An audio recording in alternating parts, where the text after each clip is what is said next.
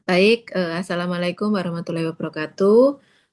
Pada pertemuan ke-11 mata kuliah pengantar dokumen lingkungan ini, kita akan membahas bagaimana penyusunan dokumen AMDAL gitu ya berdasarkan PP 22 tahun 2021 dan persetujuan lingkungan masuk ke bagian eh, menghitung atau memperkirakan besaran dampak gitu ya. Nah, kemarin di pertemuan selanjutnya, di pertemuan kemarin, sebelumnya gitu ya, kita sudah membahas terkait dengan KA, dokumen KA, bagian-bagian dokumen KA dan dokumen ANDAL gitu ya.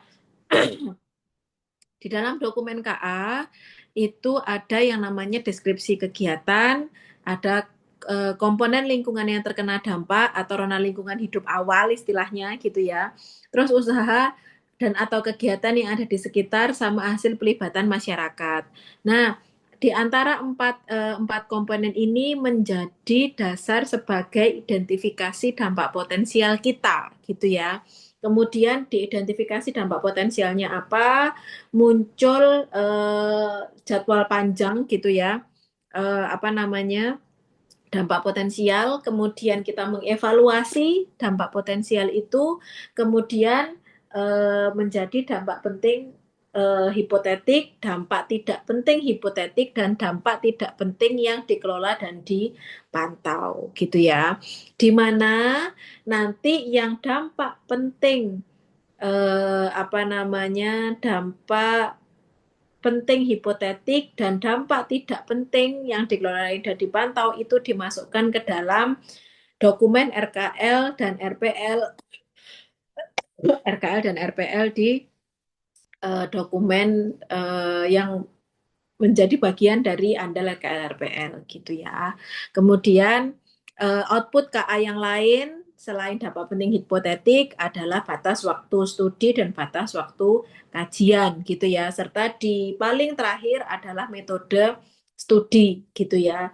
Di dalam metode studi itu ada metode pengumpulan dan analisis data, ada metode perakiraan dampak yang di situ membahas besar dan sifat penting dampak gitu ya. Kemudian ada metode evaluasi dampak gitu.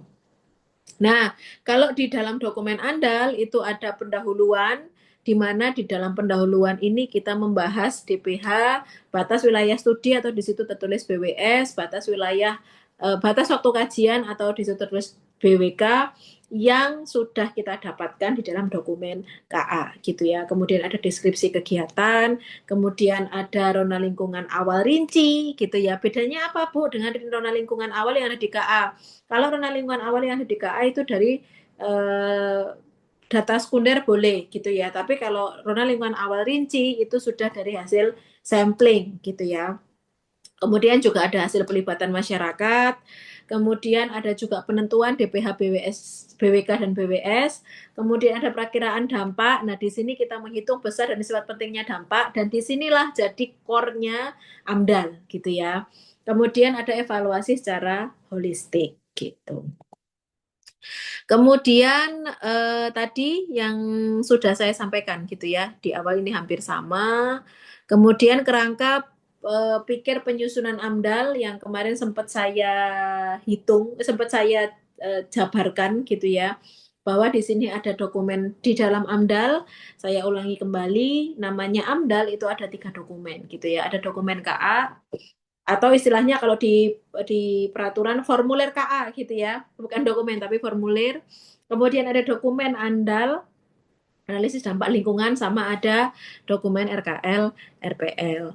Nah, kalau kita bedah satu-satu gitu ya di dalam andal, di situ ada yang namanya memuat latar belakang, kemudian ada tujuan dan manfaat usaha dan atau kegiatan, kemudian ada pelaksana studi, kemudian ada deskripsi singkat gitu ya. Di situ ada status studi AMDAL-nya seperti apa. Status studi AMDAL itu maksudnya gini, apakah studi AMDAL ini disusun pada saat penyusunan DED atau bersamaan dengan penyusunan master plan atau penyusunan feasibility study itu namanya status studi AMDAL gitu ya.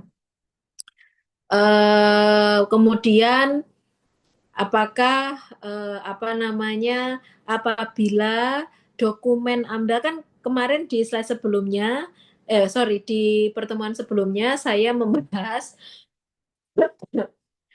kalau namanya AMDAL itu berarti disusun sebelum konstruksi gitu ya atau sebelum operasi. Pokoknya sebelum kegiatan itu dilaksanakan baik di tahap prakonstruksi, konstruksi atau operasi. Kalau Pak Bu ini karena AMDAL kan lama Bu, jadi ini konstruksi dulu baru penyusun dokumen AMDAL itu udah automatically rejected gitu ya, AMDALnya ditolak gitu. Nah, kemudian di dalam AMDAL itu juga harus sesuai dengan rencana tata ruang gitu ya, atau RDTR atau SLDP 3K atau kesesuaian rencana yang lain. Nah, di sini ada dijelaskan peta indikatif penghentian pemberian izin baru atau PIPIP gitu ya. Atau sekarang yang namanya KKPR. Jadi kalau seandainya KKPR sudah keluar, berarti sakjane sudah dinyatakan bahwa dokumen itu sudah apa namanya lokasi usaha RUK, lokasi rencana usaha atau kegiatan kita tuh sudah sesuai dengan tata ruang gitu ya. Kemudian ada jadwal rencana usaha dan atau kegiatan.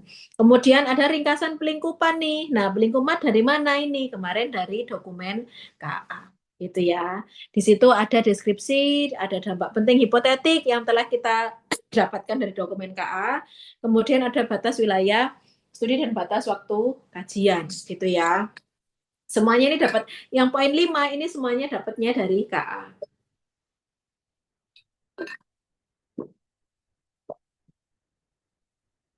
Nah, ini formnya gitu ya yang kemarin sudah kita bahas. Nah, jadi di sini apa hubungannya KA dengan ANDAL gitu ya, perbedaan form KA dengan dokumen ANDAL yang kita susun gitu ya. Kalau seandainya di dalam form KA kalian lihat itu ada yang namanya deskripsi rencana kegiatan sama lokasi rencana kegiatan, kemudian batas waktu kajian, wilayah studi yang di kolom pelingkupan itu kita masukkan di dalam pendahuluan di dokumen AMDAL gitu ya. Itu jadi dijelaskan lagi di dalam dokumen AMDAL, dalam dokumen ANDAL. Kemudian ANDAL di bab 2 ada deskripsi rencana usaha dan atau kegiatan beserta alternatifnya gitu ya. Karena di situ apa namanya di peraturan itu kenapa kok harus dijelaskan deskripsinya secara rinci? Karena untuk mengidentifikasi komponen RUK, RUK itu rencana usaha atau kegiatan saya singkat jadi RUK ya biar nggak terlalu panjang, yang menjadi sumber dampak. Jadi kita bisa mengidentifikasi RUK ini yang mana sih yang jadi sumber-sumber dampak nanti gitu ya. Makanya identifikasi sumber dampak ini dimaksudkan untuk mengetahui bentuk dan karakteristik komponen rencana usaha atau kegiatan, tahapannya, seperti apa yang kemarin sempat saya sampaikan, sempat saya singgung ada prakonstruksi, konstruksi, operasi, dan pasca operasi.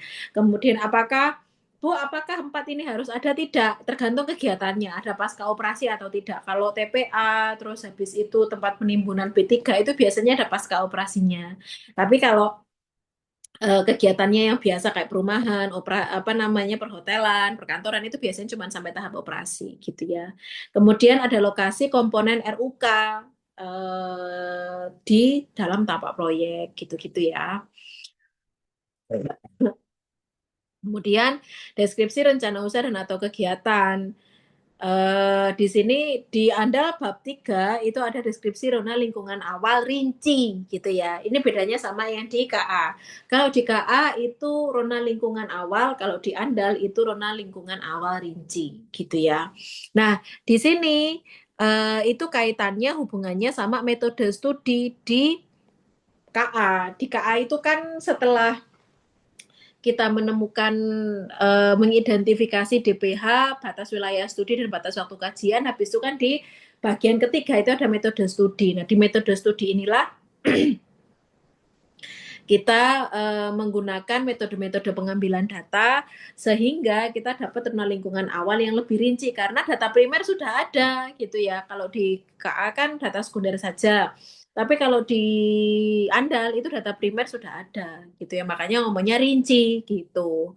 Nah, di situ kemarin saya sampaikan ada komponen geofisik kimia, ada komponen biologi, ada komponen lingkungan hidup, ada komponen sosek, bud gitu ya, komponen kesmas, sama ada komponen transportasi. Kenapa kok kayak gitu ya? Karena ada andalalin gitu ya, ada andalalin atau kajian lalu lintas atau apapun itu gitu. Makanya dimasukkan komponen transportasi gitu. Dan ada juga selain kita menjelaskan komponen lingkungan hidup yang berpotensi terkena dampak gitu ya, kita juga mengidentifikasi usaha dan atau kegiatan lain yang ada di sekitar lokasi rencana proyek gitu ya.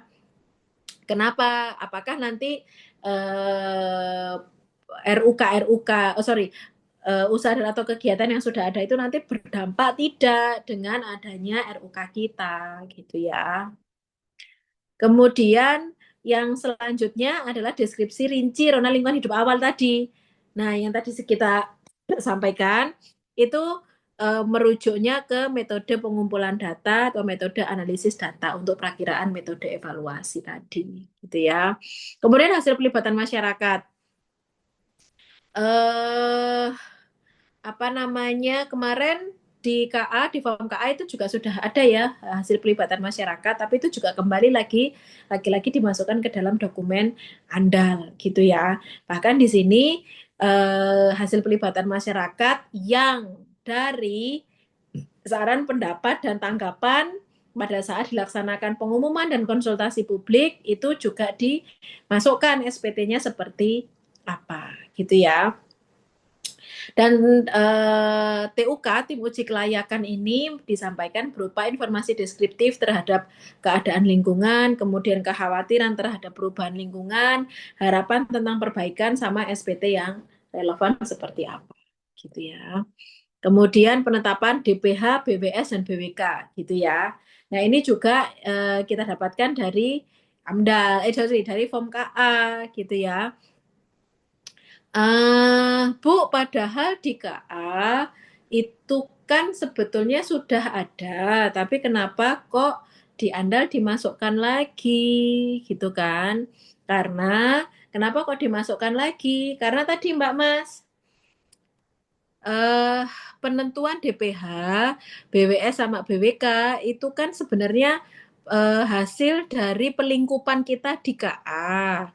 Tetapi karena di KA itu belum ada rona lingkungan awal rinci, terus habis itu belum ada hasil pelibatan masyarakat yang detail, akhirnya penentuan dampak penting hipotetik itu bisa saja berubah dari dokumen KA ke dokumen Andal karena sudah didekati dengan hasil analisis rinci tadi gitu ya. Itu. Makanya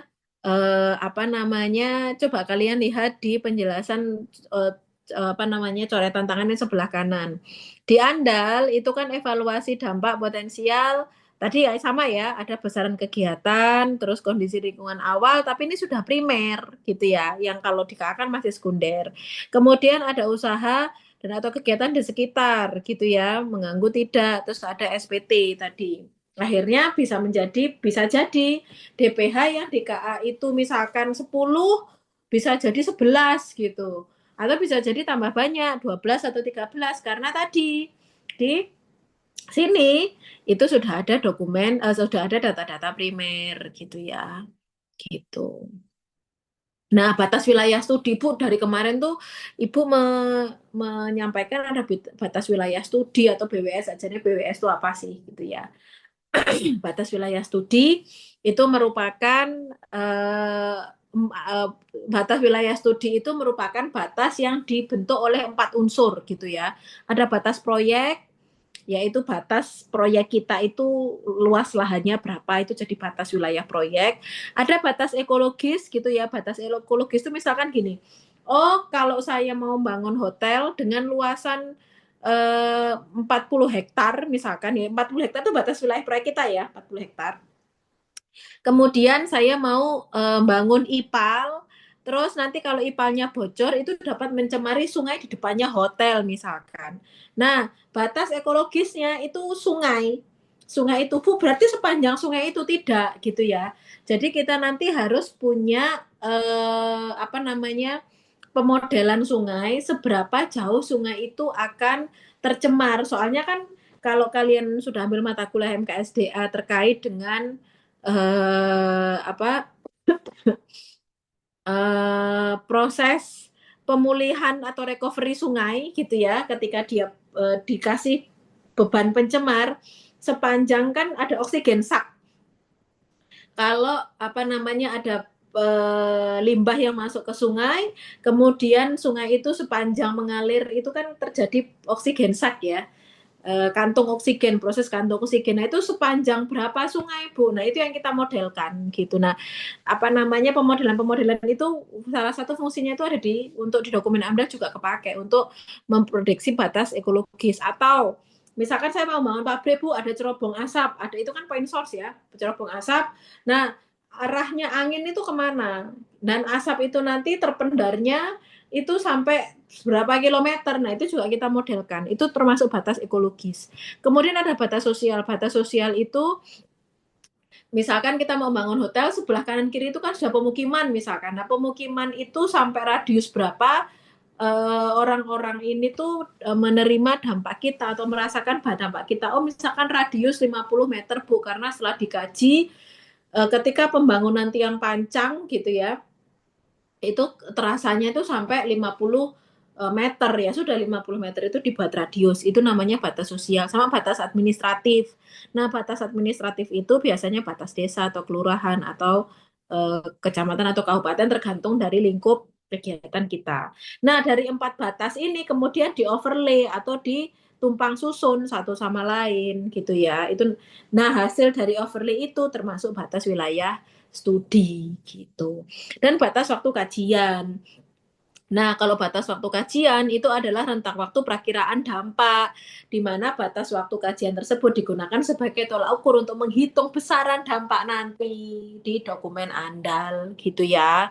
Jadi, yang namanya batas waktu kajian itu misalkan nih, Bu, kan tadi ada komponen kegiatan ya, ada tahap prakonstruksi, konstruksi sama operasi gitu. Nah, batas-batas ini masing-masing kan ada kegiatannya tuh yang kemarin di slide di apa topik mata kuliah topik pertemuan sebelumnya yang ada pakai bahkan alir, matriks itu kan ada kegiatan.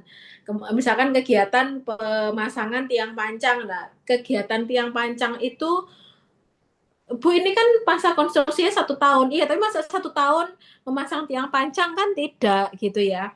Jadi tiang pancang ini di apa namanya dilakukan berapa bulan gitu. Nah, itu yang jadi batas waktu kajian tiap-tiap kegiatan gitu. Makanya kenapa kok menyusun dokumen AMDAL itu perlu ada sinergitas antara konsultan penyusun, pemrakarsa, sama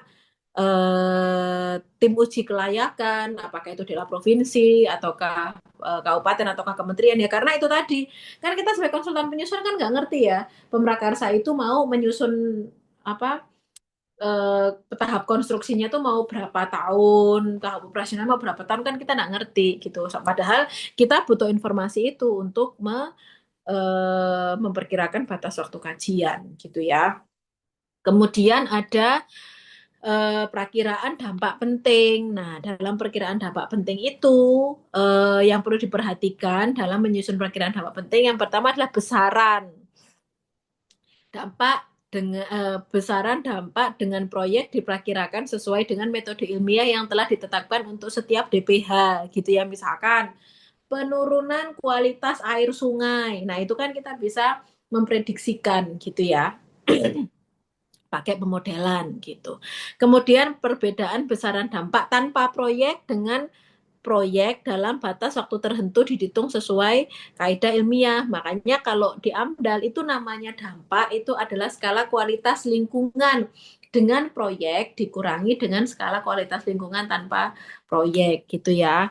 Kemudian besaran dampak penting yang ditetapkan berdasarkan batas waktu kajian yang ditetapkan berdasarkan metode ilmiah dan sifat penting dampak berdasarkan kriteria atau ukuran dampak penting gitu ya. Kemudian ada perhitungan dan analisis perakiraan dampak penting hipotetik.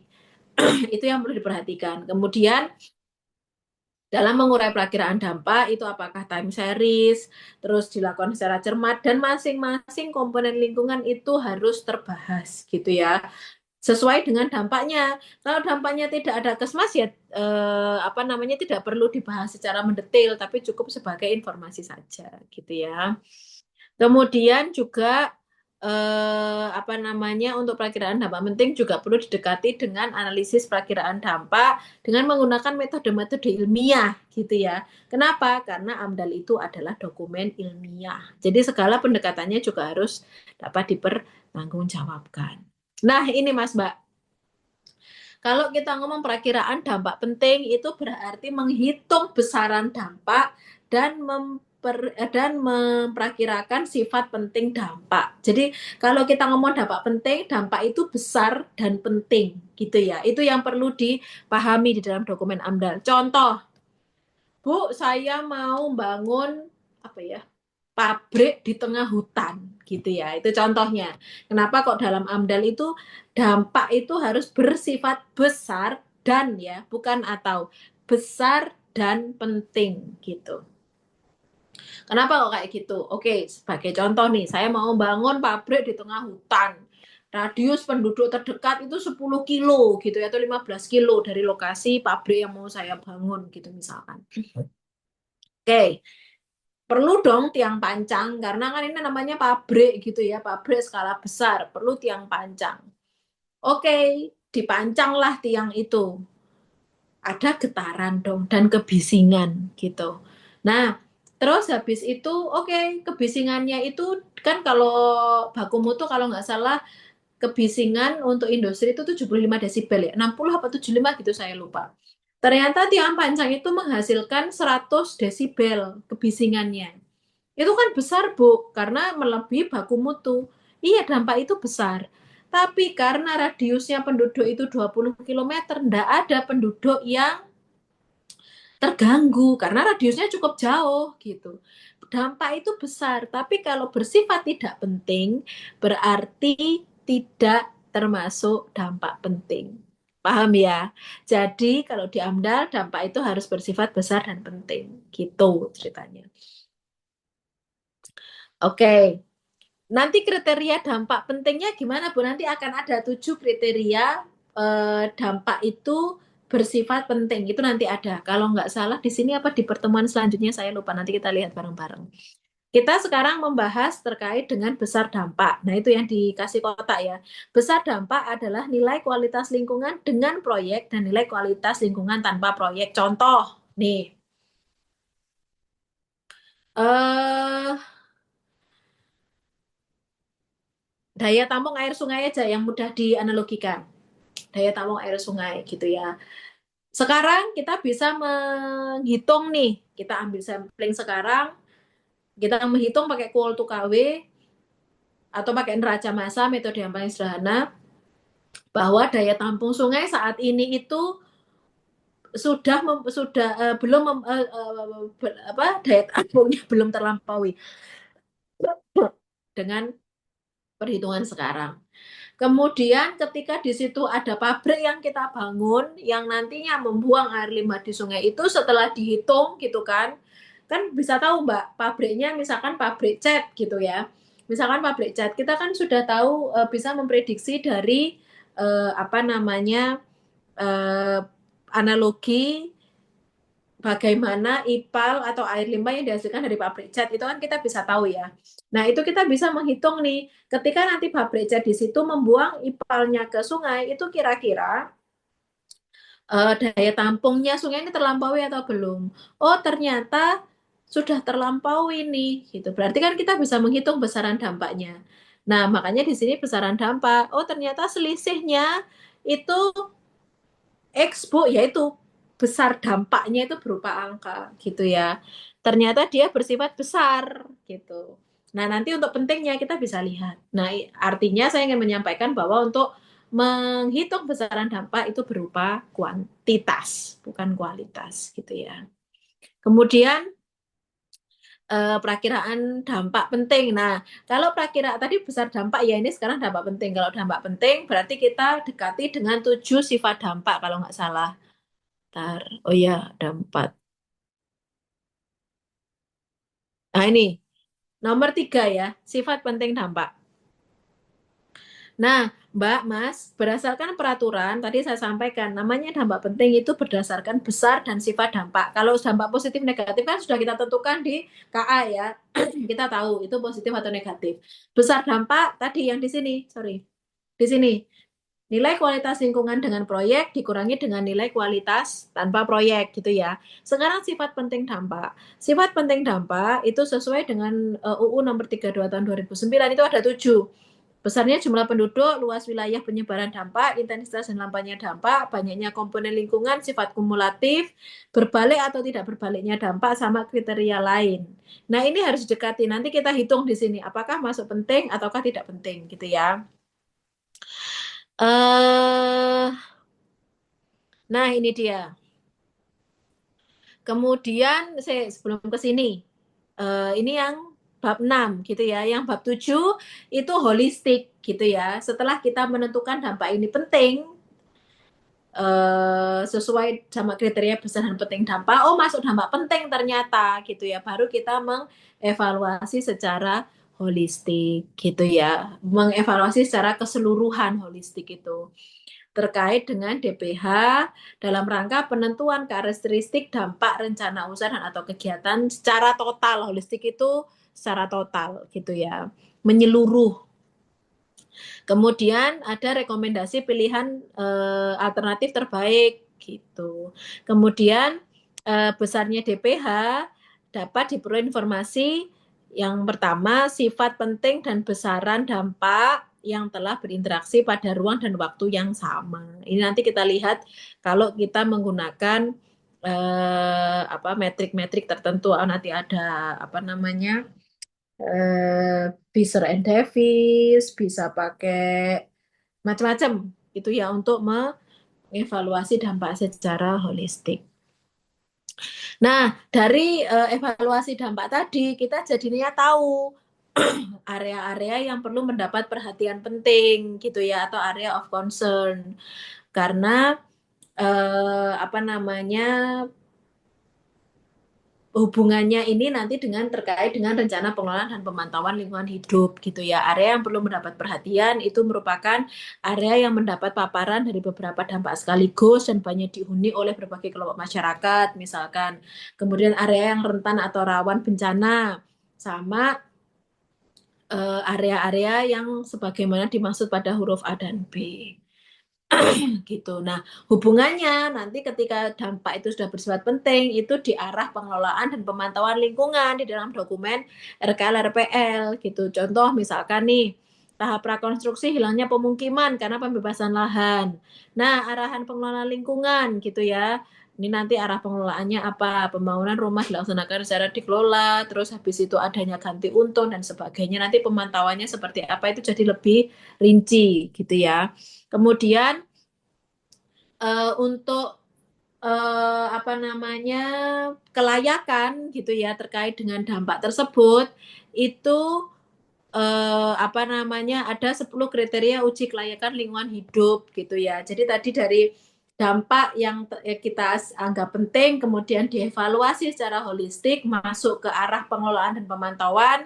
Dari situ kita baru bisa tahu bahwa usaha dan atau kegiatan kita itu sakjane secara lingkungan itu layak atau tidak gitu ya. Itu didekati dengan 10 kriteria. Yang pertama, rencana tata ruang. Kalau rencana tata ruang sudah tidak layak, berarti sudah tidak boleh, gitu ya. Rencana tata ruang layak, Bu, oke. Kemudian kita lihat di PPLH, perlindungan dan pengelolaan lingkungan hidup dan sumber daya alam, gitu ya. Kemudian oke, kepentingan pertahanan dan keamanan, apakah ini mengganggu karena di area pertahanan keamanan kita lihat gitu ya. Kemudian perkiraan dengan cermat besaran dan sifat penting dampak gitu. Kemudian kita lihat lagi hasil evaluasi holistik tadi seperti apa gitu ya. Kemudian kemampuan pemrakarsa dan atau pihak terkait yang bertanggung jawab itu gimana, pemrakarsa mampu nggak menanggulangi dampak negatif yang ada. Kalau pemrakarsa tidak mampu ya berarti dinyatakan tidak layak gitu ya. Kemudian tidak mengganggu nilai-nilai sosial. Misalkan contohnya nih, oh di situ ada makam apa namanya pemuka agama. Oke, nanti caranya gimana? Mengganggu nggak nanti? Mengganggu apa namanya? Menggusur nggak pemakamannya dan sebagainya itu dilihat juga. Kemudian tidak mempengaruhi atau mengganggu entitas ekologis gitu ya. Di situ apakah ada yang dilindungi atau seperti apa. Kemudian tidak menimbulkan gangguan rencana usaha dan yang lain yang di sekitar yang sudah ada, sama tidak dilampauinya daya dukung dan daya tampung gitu ya. Ini nanti juga apa namanya perlu dilihat. Makanya tadi eh, kita juga perlu menghitung daya tampung dan daya tampung lingkungan yang ada gitu. Baik, mungkin itu untuk pertemuan ke-11 kita. Nanti seperti yang sebelumnya, setelah ini saudara akan diminta untuk mengerjakan post-test dan nanti untuk pertemuan yang 12 akan ada tugas gitu ya. Tugasnya sudah saya upload dan nanti dikumpulkan pada saat UAS. Makanya saya masih menunggu jadwal UAS-nya karena belum keluar, tapi sudah saya upload ya tugasnya, mau dikerjakan dulu boleh gitu ya. Tapi nanti untuk pengumpulan, saya akan set pengumpulannya di menunggu jadwal UAS gitu. Mungkin itu dari saya. Terima kasih waktunya. Saya akhiri. Wassalamualaikum warahmatullahi wabarakatuh. Waalaikumsalam.